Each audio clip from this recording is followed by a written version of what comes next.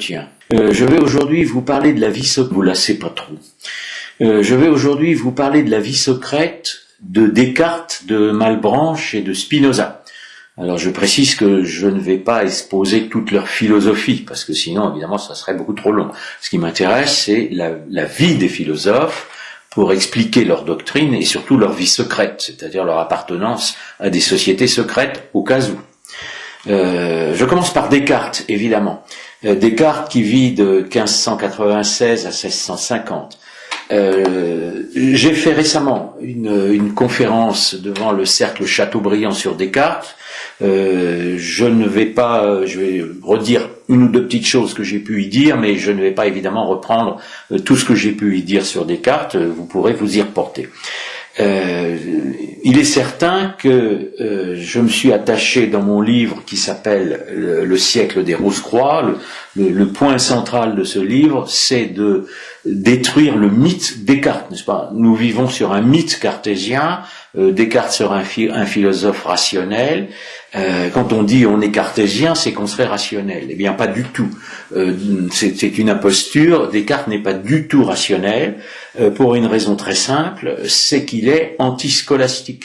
Et que pour un chrétien, la grande scolastique, thomiste notamment, a décrit les cadres dans lesquels, n'est-ce pas, la raison humaine pouvait s'exercer, et que Descartes est un destructeur de cette scolastique, donc ne peut pas être rationnel.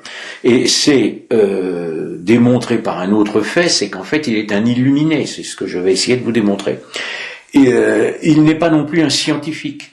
Descartes est intéressé par l'ésotérisme qui est dans la science, mais sa méthode n'est pas scientifique. La fameuse méthode cartésienne fait abstraction, contrairement toujours évidemment au thomisme, à l'épistémologie, n'est-ce pas, thomiste. La méthode cartésienne est un refus de l'objet et de l'expérience. C'est-à-dire que ça n'est pas une expérimentation d'un objet, ce sont des idées claires qui nous apparaîtraient parce que Dieu les aurait déposées en nous avant notre naissance. Nous sommes dans une utopie totale. Donc l'histoire officielle, quand elle vous dit que Descartes est le fondateur du rationalisme moderne, ce qui est exact, il est le fondateur du rationalisme moderne, mais le rationalisme moderne est une imposture en ce qu'il serait rationnel. Donc être cartésien ne veut pas du tout dire être rationaliste, c'est être un utopiste. La vie secrète de Descartes elle-même, donc ça c'est pour la philosophie. La vie secrète de Descartes elle-même, ce qui donne d'ailleurs l'explication de cette imposture cartésienne, c'est qu'en fait Descartes va être influencé. Alors je ne dis pas, d'abord c'est un héritier d'Erasme, j'ai fait n'est-ce pas, aussi une conférence sur Erasme pour montrer toutes ces erreurs, donc ça c'est déjà, on ne peut pas être rationnel au sens chrétien et être un héritier d'Erasme, puisque Erasme aussi était l'antiscolastique. Est-il ou non l'héritier de Jacob Böhm, du fameux Jacob Böhm, dont je vous ai parlé la dernière fois? On ne peut pas le prétendre. Je vais y arriver. Descartes va vivre dans des régions où sont déjà les sectes böhmiennes, bon, Böhm qui vit plus de 20 ans avant lui, Böhm meurt en 22 ou 24, Descartes va vivre dans des régions où les sectes böhmiennes sont installées. Il n'est pas prouvé qu'il ait lu Böhm, je suis d'accord. Simplement, il y a des affinités entre la théosophie de Böhm, qui est un pré-idéalisme philosophique, phénomène reconnu par les philosophes allemands, notamment Hegel, n'est-ce pas, comme je l'ai dit la dernière fois, et Descartes va développer, lui, un idéalisme philosophique qui est le premier idéalisme moderne, mais il est précédé par le pré-idéalisme de Böhm. L'a-t-il connu, l'a-t-il pas connu? Mais ce qu'il y a de certain, c'est que Descartes connaît des Rose-Croix. Alors, un des mensonges de l'histoire officielle est de dire qu'il n'en a pas rencontré. Beaucoup de professeurs se sont déjà disputés là-dessus. Mais en fait, il en a rencontré. Alors, vous connaissez la vie de Descartes, n'est-ce pas? Il étudie chez les jésuites. Bon, ensuite, il est cadet, donc il aurait pu devenir prêtre, mais il n'a pas la vocation, donc il devient militaire. Et il sert dans une armée protestante. Une armée protestante qui est l'allié de la France, mais qui est quand même une armée protestante, c'est pas une armée catholique. Et il va être en place en Hollande et en Allemagne, et c'est en Allemagne notamment à Ulm, quand il est en Allemagne à Ulm en 1619, qu'il a ces fameux songes. Vous savez, toute la philosophie de Descartes vient des fameux songes qu'il aurait eu à Ulm. Descartes prétend qu'il n'a pas rencontré de Rose-Croix, or c'est faux, car avant ces songes, il en connaît au moins deux, n'est-ce pas? Isaac Beckmann, qui est un grand mathématicien, Descartes est évidemment un grand mathématicien, et un autre qui s'appelle Faulhaber, et qui sont des Rose-Croix. Donc Descartes nie avoir rencontré des Rose-Croix. On lit encore dans les livres d'histoire de la philosophie qu'il n'en a pas rencontré. Il en a rencontré deux au moins, ce sont Isaac Beckmann et Faulhaber, et il rencontrera même plus tard le fameux Comenius, n'est-ce pas, qui sera l'impérateur des Rose-Croix en Moravie. Donc l'histoire officiellement, pardon si je rabâche un peu, mais c'est quand même important. Quand il est à Ulm, quels sont les trois songes de Descartes? Alors, ces songes, je les ai analysés évidemment dans mon livre. Ils ressemblent très étrangement à 3 degrés d'initiation. Dans le premier songe, je vais un tout petit peu les développer aujourd'hui, ce que je n'avais pas fait dans le cercle Chateaubriand, mais dans le premier songe, Descartes est poussé par un vent qui l'amène à rentrer. Alors, pour se protéger du vent, il pénètre dans une église et il en ressort aussitôt. Pourquoi? Parce que vous savez que les adeptes du diable ne peuvent pas rester dans une église, n'est-ce pas? Ils en ressortent, ils ont peur de l'eau bénite. Descartes, à ce moment-là, quelqu'un l'appelle à l'extérieur de l'église. Donc, est-ce que cela ne veut pas dire que Descartes a été baptisé catholique? Et quelqu'un l'appelle, c'est un scénario initiatique type des Rose-Croix. Les Rose-Croix, il y a toujours quelqu'un qui vous appelle, qui vient vous chercher, comme Dieu vient chercher ses prêtres. Hein. C'est une inversion, évidemment, de la vocation. Et on l'appelle à l'extérieur. Donc, il va marcher devant, dans son rêve, il est courbé devant des gens qui sont debout. Le courbé, c'est le profane. Et les gens debout, ce sont les initiés. On l'emmène dans une chambre. Alors c'est déjà un cabinet de réflexion. Vous savez que les francs-maçons vont être mis dans une chambre où ils vont réfléchir devant une tête de mort. Et on lui demande de méditer sur le mal. Et il se rendort. Il se rendort, ça veut dire qu'il n'est pas encore tout à fait éveillé. Ça n'est que le premier grade. Le deuxième songe, il y a un coup de tonnerre et qui remplit sa chambre d'étincelles. Alors les étincelles, ce sont les lumières des Rose-Croix. Dans son fameux tombeau, n'est-ce pas, dans le tombeau dans lequel on aurait retrouvé le personnage mythique, n'est-ce pas, de Rosenkreuz. Donc j'ai analysé la légende des Rose-Croix évidemment dans tous mes livres. Dans ce tombeau, on trouve des lampes allumées, qui est d'ailleurs un symbole qui passera aussi dans les loges maçonniques. Vous avez aussi des lampes allumées. Ce sont les lumières. C'est pas, ce sont les lumières. Et je rappelle quand même que les Rose-Croix tiennent leur lumière du porteur de lumière, c'est-à-dire de Lucifer. Ça, voilà les deux premiers songes, n'est-ce pas? Ils sont pas du tout innocents. Et quand on arrive au troisième songe de Descartes, un inconnu, est-ce que c'est le supérieur inconnu, lui présente un poème de Pythagore. Alors Pythagore, c'est d'abord le premier philosophe ésotérique de l'histoire, et ensuite ce poème, c'est le oui ou le non, c'est-à-dire ça va créer le doute, n'est-ce pas? Est-ce que c'est le oui ou le non? Je rappelle aussi que le Christ a dit c'est oui ou c'est non. Et à partir de ce doute, Descartes pense, n'est-ce pas, à une illumination qui va lui permettre de formuler, je le cite lui-même, une philosophie plus certaine que la vulgaire. Cela veut dire il y a une philosophie qui est pour le vulgaire, c'est-à-dire pour les profanes, et qu'il y a une philosophie qui est réservée aux initiés. Et cette philosophie, pour Descartes, c'est l'hermétisme, et il va redécouvrir l'unité de la science, et il va placer au sommet de la science, on est toujours dans son troisième songe, n'est-ce pas, la géométrie, n'est-ce pas, c'est le grand G, n'est-ce pas, de la géométrie. Et dans le triangle maçonnique, n'est-ce pas, vous avez le grand G qui veut dire Dieu, God en anglais, ou géométrie, ou gnose.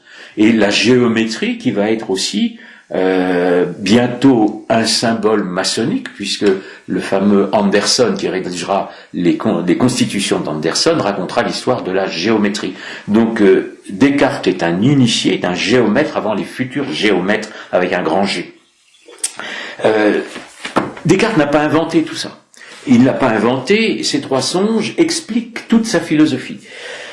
Par la suite, je ne vais pas reprendre ici non plus, je l'ai dit, sa philosophie, il est toujours militaire, Et il va participer à la bataille de la Montagne Blanche. Vous savez que la Montagne Blanche, c'est la victoire de l'empereur sur l'électeur palatin qui a voulu devenir roi de Bohême. Or, le Palatinat est un État qui a été, comment on peut dire, l'électeur palatin a été éclairé par les Rose-Croix. Les Rose-Croix ont un État, n'est-ce pas, qui les aide, n'est-ce pas, à vouloir prendre le pouvoir. Ils veulent fonder un État anglo-allemand et le Palatinat est leur base de départ. Et Descartes va démissionner de l'armée aussitôt après la Montagne Blanche pour ne pas poursuivre les Rose-Croix, pour ne pas poursuivre les protestants. Et il va, par contre, aller leur rendre visite. Il va aller en Moravie, où sera le fameux Comenius et la secte des frères moraves. C'est quand même troublant. Ensuite, il revient à Paris, et quand il est à Paris, on l'accuse d'être Rose-Croix. Il dit non, il nie faire partie de ce qu'on appelle les invisibles. À partir de la défaite de la Montagne Blanche, les Rose-Croix sont redevenus, ils s'étaient montrés parce qu'ils pensaient prendre le pouvoir, et ils redeviennent des invisibles et ils fondent des collèges invisibles. Et il prétend ne pas être un invisible, mais son premier livre va être signé R.C. Or, son nom, ça n'est pas R.C., c'est R.D. On va lui dire, mais pourquoi signez-vous R.C. Et évidemment, il va dire, c'est comme si je signais Descartes, où il va donner son nom en latin. Je veux bien, mais les Rose-Croix signent évidemment R.C.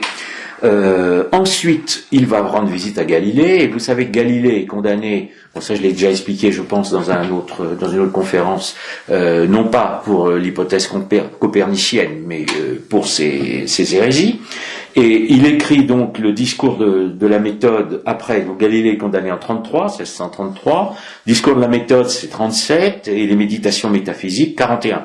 Bon, dans le discours de la méthode, c'est la science, n'est-ce pas, qui se substitue à la révélation. Donc on n'est pas du tout dans une démarche chrétienne, n'est-ce pas. La philosophie n'est plus fondée à partir de la révélation, mais à partir de la science. C'est évidemment une utopie, puisque la science est fluctuante. La science démontre le lendemain le contraire de ce qu'elle a démontré la veille. Preuve, s'il en était besoin, le fameux rationalisme cartésien est indissociable du mécanisme, qui est la science de l'époque, et le mécanisme est totalement obsolète. Il a été démontré que le mécanisme était une erreur. À partir des méditations métaphysiques de 41, donc la métaphysique est concernée, ce que j'ai expliqué dans la conférence, Descartes va prôner le doute. Alors le doute, c'est évidemment mettre en doute la religion chrétienne, puis le fameux cogito dans lequel l'homme va devenir le concurrent de Dieu. Donc soyons extrêmement clairs là-dessus. Descartes n'est pas un philosophe chrétien. Donc les professeurs de théologie l'ont bien expliqué. Descartes se prétend catholique, mais les Rose-Croix se prétendent aussi catholiques au sens d'universel et contre l'Église de Rome, n'est-ce pas? Ils usurpent toujours le vocabulaire chrétien. Descartes n'est ni chrétien et encore moins catholique. Des professeurs d'université prétendent que Descartes est catholique, et c'est faux, pour une raison très simple. D'abord, ses œuvres ont été mises à l'index, donc l'Église est quand même compétente pour juger de qui est catholique ou qui ne l'était pas. Et ensuite, il est anti-catholique parce qu'il est anti-scolastique. Et en tant, il est anti-thomiste et anti-scolastique, donc il est anti-catholique, c'est très clair. Et en tant qu'anti-catholique, il est anti-français. Parce que la France traditionnelle, la France royale, en tout cas celle de l'époque, est catholique. Descartes va vivre en Hollande, choisit de vivre en Hollande, alors qu'il est protégé, n'est-ce pas, par son ami le père Mersenne, même Richelieu lui offre de rentrer, parce qu'il préfère le protestantisme. Il n'est pas obligé d'aller vivre en Hollande, il pourrait vivre en province, il prétend qu'il va être dérangé à Paris, non. Il a aussi fait d'ailleurs des placements en Hollande, donc ça peut expliquer aussi qu'il y habite. Je dirais simplement, pour bien montrer qu'il n'est pas catholique, c'est qu'un arbre se juge à ses fruits, donc le résultat du cartésianisme, c'est l'idéalisme spiritualiste, c'est-à-dire un esprit cosmique, n'est-ce pas, et qui sera dans le cadre d'un monisme métaphysique, comme dans tous ses successeurs seront monistes, et aussi le matérialisme. Vous avez dans Descartes les prémices du matérialisme. Quand, à la fin de sa vie, en 1647, Descartes veut rencontrer Pascal. Et Pascal, donc ce livre évidemment je l'ai sous-titré Pascal contre Descartes, parce que Pascal est le premier, quand il rencontre Pascal est beaucoup plus jeune, Et Pascal, quand on lui demande son avis, c'est pas sur le cartésianisme, il dit c'est inutile et incertain. Inutile parce que le rationalisme existe déjà dans la scolastique, et incertain parce que il y a tellement de doutes dans Descartes que ça pourrait aboutir au pire. Et Pascal a la prémonition que le cartésianisme va aboutir au pire, c'est-à-dire à la négation de Dieu, à l'athéisme. Descartes, soi-disant, veut démontrer Dieu, alors qu'il est un ennemi de Dieu. En tout cas, il est un ennemi du Christ. Descartes est un grand philosophe, mais c'est un ennemi du Christ, soyons très clairs, et il termine sa vie en Suède, c'est un pays protestant, dont la reine de Suède sera obligée de fuir parce qu'elle se convertira, pas du tout à cause de Descartes, mais de son confesseur au catholicisme, et il va en Suède pour que la reine aide le Palatinat, qui est l'état des Rose-Croix. Donc toute la vie de Descartes, donc sa philosophie, doit être comprise dans ce combat contre le catholicisme. Descartes va avoir beaucoup de successeurs, et je vais parler du successeur français de Descartes le plus connu, c'est Malebranche. Et Malebranche qui vit de 1638 à 1715. Malebranche qui est un oratorien. Et alors voilà, Malebranche ne fait pas partie de la conspiration des philosophes. Donc je vous cite l'exception, parce que tous les cartésiens qui vont suivre vont être des anti-catholiques, mais c'est pas du tout le cas de Malebranche. Simplement Malebranche se trompe, et son obsession en vérité, c'est de vouloir christianiser Descartes. Il écrit, alors il a le tort, n'est-ce pas, de vouloir christianiser Descartes après la mise à l'index, c'est-à-dire Malebranche écrit, Descartes est mis à l'index en 63 et les œuvres de Malebranche sont postérieures. Mais il veut à tout prix rattacher Descartes à Saint-Augustin. Et il n'y arrive pas. Alors je ne vais pas analyser les doctrines de Malebranche, qui est absolument sincère, mais Malebranche a le tort de lier l'idéalisme philosophique. On ne peut pas être un idéaliste au sens philosophique, au sens cartésien en tout cas, et catholique, et il y adjoint le mécanisme, et c'est grâce à cette fausse science, n'est-ce pas, qu'il élabore sa fameuse doctrine de la vision en Dieu, et cette vision en Dieu n'est pas du tout celle de Saint-Augustin. Donc on ne peut pas rattacher Malebranche à Saint-Augustin, malgré sa bonne volonté. Il a tenté de le faire, mais il ne le fait pas. L'autre erreur de Malebranche, qui se trouve dans la doctrine de l'occasionalisme, qui est une doctrine géniale, mais c'est pas le problème, c'est que finalement il revient à une sorte de monisme, il revient à Plotin. Quand j'ai parlé de Plotin, il revient à un grand tout, et en fait il oublie tout se va se passer en Dieu, et Malebranche va oublier la créature, c'est-à-dire l'homme, et il va notamment oublier que l'homme a un libre arbitre, lequel avait été accordé, n'est-ce pas, à la grâce par Saint-Augustin. Donc malheureusement, Malebranche n'arrive pas à christianiser Descartes. Il a le tort donc d'écrire, il y aura beaucoup de polémiques, il écrit en 1574 La recherche de la vérité, mais un chrétien n'est pas en recherche de la vérité, surtout avec la méthode cartésienne, évidemment. La vérité, elle est révélée. Donc le chrétien connaît la vérité, il peut chercher par la science à la conforter, mais il n'est pas à la rechercher. Deuxième erreur, Malebranche écrira, entre autres, en 1708, des entretiens d'un philosophe chrétien qu'un philosophe chinois sur l'existence de Dieu, et il est absolument, ce qui précède toute la mode de la sinologie, qui est du début du XVIIIe siècle, n'est-ce pas, mode qui sera reprise notamment par Boulainvilliers, n'est-ce pas, qui fait partie des premiers nobles qui vont, comment on peut dire, lutter contre le roi, etc. J'en parlerai une autre fois. Mais Malebranche se trompe complètement. Voilà. Le cartésianisme est inconciliable avec le christianisme. C'est extrêmement clair. Les plus grands théologiens l'ont dit, les professeurs de théologie, je cite toujours le professeur Todard, n'est-ce pas, admirable professeur de théologie, c'est extrêmement clair. Malebranche est un chrétien sincère, il ne fait pas partie de la conspiration parce qu'il veut à tout prix christianiser Descartes. Et ça n'est pas possible, et la preuve en est apportée par Spinoza. Je n'ai pas situé Spinoza, un immense philosophe lui aussi évidemment, comme un disciple de Descartes. Alors, il vit après, donc évidemment, est un héritier de Descartes sur un plan chronologique, mais en vérité, Spinoza est pour moi le révélateur de Descartes. C'est-à-dire qu'il nous fait comprendre ce qu'il y a dans Descartes. Parce que Spinoza est officiellement un kabbaliste, est officiellement aussi un héritier du fameux Jacob Böhm, et qu'on ne peut pas comprendre Descartes en dehors de la Kabbale et en dehors de l'ésotérisme des Rose-Croix. Je vais citer donc le fameux Pertona, n'est-ce pas, qui a dit cette chose magnifique. Le spinozisme est réellement le cartésianisme porté logiquement à son terme. C'est-à-dire que dans Descartes, n'est-ce pas, la logique de Descartes est formulée par Spinoza. Et j'ajouterais le propos d'un autre ecclésiastique qui a écrit un livre admirable, l'abbé Mainviel, qui a écrit de la Kabbale au progressisme, et qui écrit « Les idées fondamentales du système de Spinoza sont celles de la Kabbale ».